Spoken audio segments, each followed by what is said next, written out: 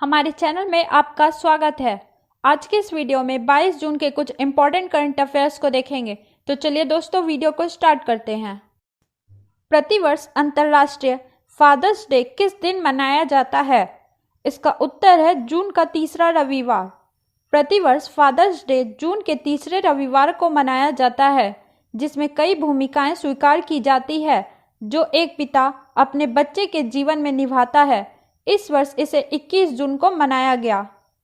हाल ही में भारत द्वारा कोविड-19 प्रतिक्रिया को बढ़ावा देने के लिए फ्रांस द्वारा भारत में कितने ऋण समझौते पर हस्ताक्षर किए गए हैं?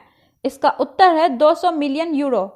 फ्रांस ने भारत की कोविड-19 प्रतिक्रिया को बढ़ावा देने के लिए भारत के साथ 200 मिलियन यूरो के ऋण समझौते पर हस्ताक्षर किए हैं।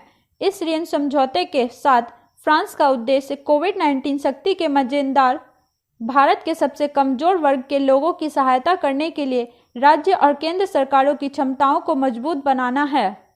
एक्सिम बैंक द्वारा 20.10 मिलियन अमेरिकी डॉलर की लाइन ऑफ क्रेडिट LOC को किस गणराज्य की सरकार के लिए विस्तारित किया गया है? इसका उत्तर है निकारागुआ। भारत सरकार की ओर से export import bank of India Exim bank द्वारा 20.10 मिलियन अमेरिकी डॉलर की लाइन ऑफ क्रेडिट LOC को निकारागुआ गणराज्य की सरकार के लिए विस्तारित किया गया है। यह LOC निकारागुआ गणराज्य में एल्डो चावड़िया अस्पताल के पुनर्निर्माण के लिए विस्तारित की गई है। इन 4 LOCs का कुल मूल्य 87.63 मिलियन अमेरिकी डॉलर है। हाल ही में विश्व बैंक ने किस देश को 1.05 बिलियन अमेरिकी डॉलर की मंजूरी दी है? इसका उत्तर है बांग्लादेश। विश्व बैंक ने कोविड-19 महामारी के मद्देनजर बांग्लादेश में रोजगार सृजन करने और आर्थिक सुधार को बढ़ावा देने के लिए 3 परियोजनाओं के लिए 1.05 बिलियन अमेरिकी डॉलर की राशि मंजूरी की है। यह 3 परियोजनाएं हैं निजी निवेश और डिजिटल उद्यमिता, प्राइड डिजिटल सरकार और अर्थव्यवस्था EDGE और दूसरा programmatic jobs development policy credit. इनसे नौकरियों के सृजन, अर्थव्यवस्था में मदद करने और विशेष आर्थिक क्षेत्र में प्रत्यक्ष निजी निवेश को प्रोत्साहित करने की उम्मीद है। हाल ही में अमेरिकी सीनेट द्वारा राष्ट्रीय विज्ञान फाउंडेशन के निदेशक के रूप में किसे नियुक्त किया गया है? इसका उत्तर है डॉक्टर सेतुरामन पंचनाथन।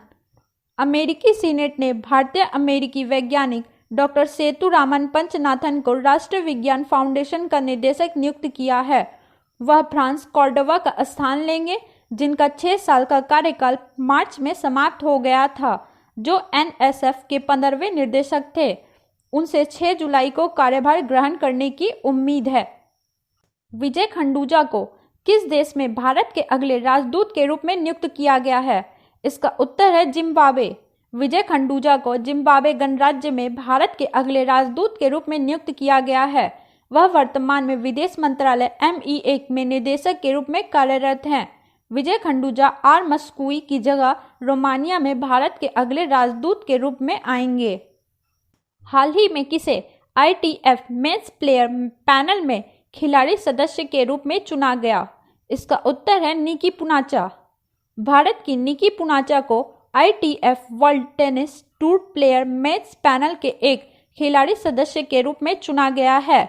पुरुष और महिला पैनल क्रमशः मार्क वुडफोर्ड और मैरी पियर्स की अध्यक्षता करेंगे, जो ITF बोर्ड ऑफ डायरेक्टर्स में एथलीट प्रतिनिधि हैं।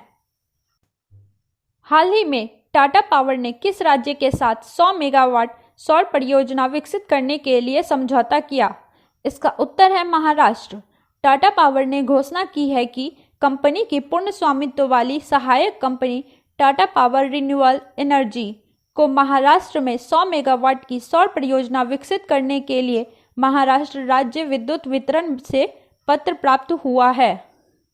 भारतवर्ष 2021 के किस महीने में संयुक्त राष्ट्र सुरक्षा परिषद की अध्यक्षता करेगा? इसका उत्तर है अगस्त। भारत को संयुक्त राष्ट्र सुरक्षा परिषद के एक गैर अस्थायी सदस्य के रूप में चुना गया है और अगस्त 2021 के लिए भारत संयुक्त राष्ट्र निकाय के अध्यक्ष के रूप में काम करेगा। नियमों के अनुसार संयुक्त राष्ट्र सुरक्षा परिषद के अध्यक्ष सदस्य राज्यों के नामों के अंग्रेजी वर्ण अनुक्रम के अनुसार चुना जाता है। प्रत्येक सदस्य 1 महीने के लिए बारी बारी से अध्यक्ष बनता है। हाल ही में पद्मश्री पुरस्कार से सम्मानित विद्याबेन साह का निधन हो गया। वे किस क्षेत्र से जुड़ी थी? इसका उत्तर है सामाजिक कार्यकर्ता।